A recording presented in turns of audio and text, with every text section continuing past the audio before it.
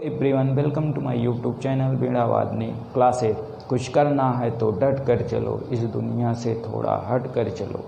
Leak पर तो सभी चल लेते हैं, कभी इतिहास को पलट कर चलो। इसी मोटिवेशनल सेशन के साथ शुरू करते हैं हम आज का अपना सेशन।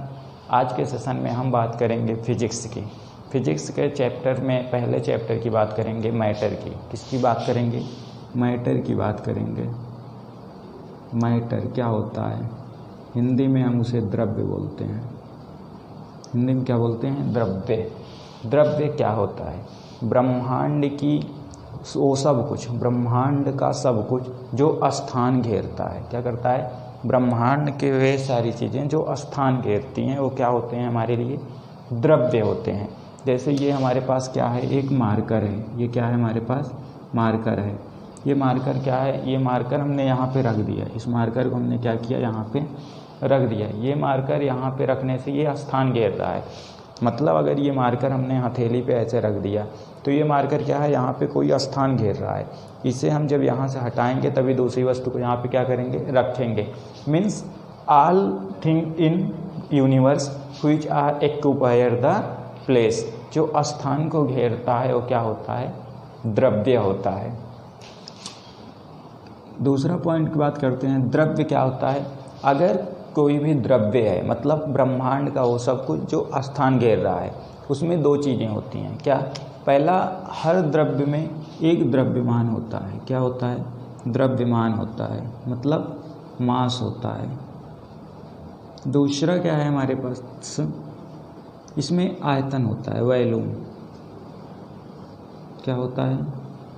वॉल्यूम। अब बात करेंगे हम आयतन क्या होता है और द्रव्यमान क्या होता है। द्रव्यमान क्या होता है? पहले द्रव्यमान की बात करते हैं। मास। जैसे ये हमारे पास मटेरियल है। आपको पता है कि जो भी हमारे पास ब्रह्मांड की वस्तुएं हैं वे सब क्या हैं? मैटर हैं। और हर मैटर क्या है? कुछ मालिक्यूल से मिलकर बने होते हैं। मीन्स छोटे छोटे पार्ट से मिलकर बने होते हैं। जैसे अगर हमारे पास ये एक बॉल है। क्या है? ये हमारे पास एक बॉल है। तो ये बॉल क्या है? छोटे छोटे कणों से, ये छोटे छोटे कणों से मिलकर बनी हुई है। ऐसे इसमें बहुत सारे छोटे छोटे कण हैं। ये कण से मिलकर हमारे पास क्या है? बॉल बनी हुई है। तो ये जो बॉल है, ये हमारे पास जो कण है, ये जो हमारे पास कण है, ये क्या है? पदार्थ की मात्रा है।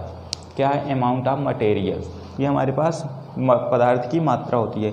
तो द्रव्यमान क्या होता है? किसी भी वस्तु में वो जितने मटेरियल से मिलकर बना होता है उसमें जितना उसका अमाउंट होता है, अमाउंट ऑफ मैटर, तो ये हमारा द्रव्यमान होता है। और दूसरा हमारे पास क्या है? आयतन है। आयतन क्या होता है? जैसे ये बॉल है, ये बॉल कितना स्थान घेर रही है, ये बॉल कितना स्थान घेर रही है। जैसे ये हमारे पास बॉल है, ये बॉल इतना सारा स्थान घेर रही है, तो ये क्या है? आयतन है हमारे लिए।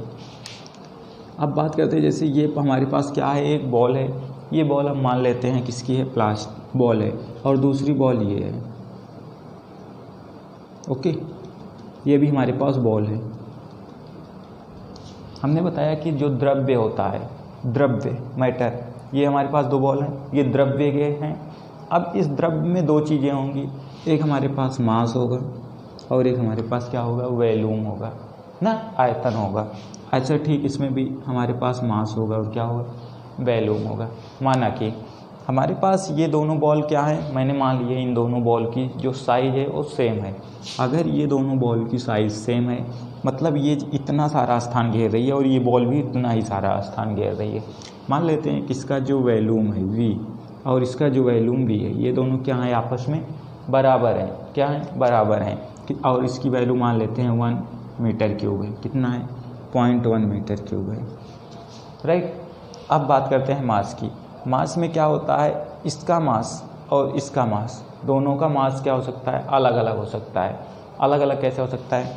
जैसे ये वाला मास है, मान लीजिए ये हमारी बॉल जो है ये प्लास्टिक की बॉल है। क्या है? प्लास्टिक की बॉल है। और इसका जो हमारे पास आयतन है, इसमें पदार्थ की मात्रा कम है। मान लेते हैं इसका जो बॉल है हमारे पास, इसका जो वो मास है वो कितना है? मान लेते हैं 100 kg है। कितना है? 100 kg है। ये बॉल हमारी 100 किलोग्राम की है, या 1 kg मान लेते हैं, 100 kg ज़्यादा। कितना है? 1 kg की है। ये बॉल हमारे पास 1 kg की है। और ये बॉल क्या है हमारे पास? मान लेते हैं 10 kg की है। राइट। ये बॉल हमारे पास 10 kg की है और ये बॉल हमारे पास क्या है 1 kg की है। अब हम बात करते हैं इन दोनों बॉल के मात्रा की। हम बात करते हैं डेंसिटी। किसकी बात करेंगे? डेंसिटी की। डेंसिटी क्या होती है? Density is the ratio of mass and volume. Density क्या होती है? मास और वॉल्यूम का जो अनुपात होता है, रेशियो होता है, उसी को हम लोग डेंसिटी बोलते हैं। डेंसिटी इक्वल टू होता है mass by volume, mass by volume. इस अगर बॉल की बात करें तो इसका हमारे पास मास कितना है? 1 kg है। इसका वॉल्यूम कितना है? 0.1। तो हमारे पास ये कितना आ गया? 1/1, मतलब इसका आ गया हमारे पास 10 किलोग्राम पर मीटर क्यूब, राइट। ऐसे इस वाले बॉल की अगर हम बात करें तो इसमें हमारे पास 10 kg, 0.1 वॉल्यूम है, तो ये कितना आ गया हमारे पास? 100 kg पर मीटर क्यूब। ये आ गई किसका? डेंसिटी की। ये डेंसिटी है हमारी इस बॉल की और ये है इस बॉल की। तो बेसिकली जो डेंसिटी होती है वो क्या होती है? हमारे पदार्थ के अमाउंट को बताती है, मतलब हमारे मैटर में कितना अमाउंट है उस अमाउंट को बताती है कि कितने पार्टों से मिलकर बना हुआ है, राइट। अब हम बात करते हैं द्रव्य के पार्ट का।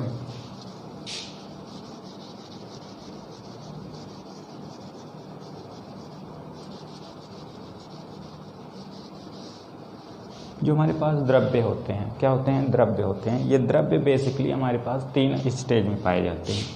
कितने में पाए जाते हैं? 3 में पाए जाते हैं। एक सॉलिड होता है, एक लिक्विड होता है और एक क्या होता है? गैसेज स्टेज होती है। जो हमारे यूनिवर्स में ये पाए जाते हैं द्रव्य मैटर, वो 3 स्टेज में पाए जाते हैं। किसमें पाए जाते हैं? 3 स्टेज में पाए जाते हैं। पहला होता है हमारे पास सॉलिड, लिक्विड और गैस। सॉलिड बोले तो ठोस, सॉलिड को ठोस बोलते हैं। लिक्विड बोले तो तरल या द्रव, और ये हमारे पास क्या होती है? गैस। ये क्या होती है? गैस स्टेज होती है। ठोस, तरल और गैस, इन तीनों में डिफ्रेंशन की बात करें तो हमारे पास जो सॉलिड होता है, सॉलिड जो होता है उसमें क्या होता है? जो पदार्थ में अणु होते हैं, पदार्थ, मैटर, द्रव्य। द्रव्य जिससे बना होता है वो किससे बना होता है? अणु से बना होता है। तो इनके जो अणु होते हैं वो बहुत पास पास होते हैं। जैसे ये हमारे पास क्या है? एक ठोस है, तो इसके जो अणु होंगे वो बहुत पास पास होंगे। इसके अणु क्या होंगे? बहुत पास पास होंगे। इसलिए इसमें जो अंतरा आणविक अवकाश बल होता है, क्या होता है? अंतरा आणविक इंटर एटॉमिक मॉलिक्यूल फोर्स बहुत ज़्यादा होता है, जिसके कारण इसका जो आकृति और आकार होता है, जो इसकी आकार और आकृति होती है, आकृति और आकार होता है, ये क्या होता है? सेम होता है, मतलब कांस्टेंट होता है। अगर जैसे हमारे पास लोहे की ये छड़ है, ये क्या है? एक लोहे की छड़ है। इस लोहे की छड़ का क्या है? आकृति और आकार निश्चित है। इसे आप यहाँ रखोगे तब भी ये इसी आकार का रहेगा और इसी आकृति का रहेगा। अगर इसे आप फ्रिज में ले जाके रखते हो तब भी ये क्या है? इतनी ही आकृति और इतने ही आकार का रहता है। दूसरा होता है हमारे पास लिक्विड। लिक्विड में क्या होता है कि इसमें जो अणु होते हैं, मटेरियल के अणु होते हैं, वो compare then solid are distance is long. इससे कंपेयर करें अगर सॉलिड से, तो इसमें जो अणु होते हैं वो थोड़ा सा दूर दूर होते हैं। इसमें अणु क्या होते हैं? थोड़ा सा दूर दूर होते हैं कंपेयर देन सॉलिड। इसलिए इसकी जो आकृति होती है, जो आकृति होती है वो कांस्टेंट नहीं होती है। जो आकृति होती है वो कांस्टेंट नहीं होती है। और इसकी जो हमारे पास अगर द्रव्यमान की बात करें, द्रव्यमान इसका क्या होता है? कांस्टेंट होता है। जैसे इसका द्रव्यमान कांस्टेंट इसलिए होता है, जैसे अगर हमने क्या किया, 1 लीटर पानी लिया, अगर 1 लीटर पानी को हमने गिलास में रखा, 1 लीटर पानी को अगर हमने गिलास में रखा तब वो गिलास के आकार को ले लेता है। वही 1 गिलास पानी को हमने क्या किया, प्लेट में रख दिया तो प्लेट के आकार का ले लेता है। लेकिन वो 1 kg पानी 1 kg ही रहता है, उसका आकार नहीं बदलता। इसलिए जो लिक्विड होती है उसकी आकृति क्या होती है? डिफरेंट होती है और द्रव्यमान उसका कांस्टेंट होता है। पर गैस में क्या होता है? इसमें जो मॉलिक्यूल होते हैं वो बहुत ज़्यादा दूर दूर होते हैं। इसमें क्या होता है? मॉलिक्यूल बहुत दूर होते हैं। इस कारण इसकी जो आकृति और आकार होता है वो दोनों निश्चित नहीं होता। इसका आकृति और द्रव्यमान दोनों क्या होता है, असमान होता है। ये जिस वस्तु और जिस स्थान पर रखा जाता है उसी वस्तु और उसी आकार स्थान का आकृति ले लेता है। इसी कारण हमारे घरों में यूज होने वाला जो एलपीजी सिलेंडर होता है वो हमेशा एलपीजी लिक्विड होती है, लेकिन वो हमेशा किलोग्राम में आती है। वो क्या होता है, लीटर में नहीं आती उसको, क्योंकि अगर उस सिलेंडर को छोड़ दिया जाए, मतलब गैस को छोड़ दिया जाए तो पूरे कमरे का आकार ले लेती है।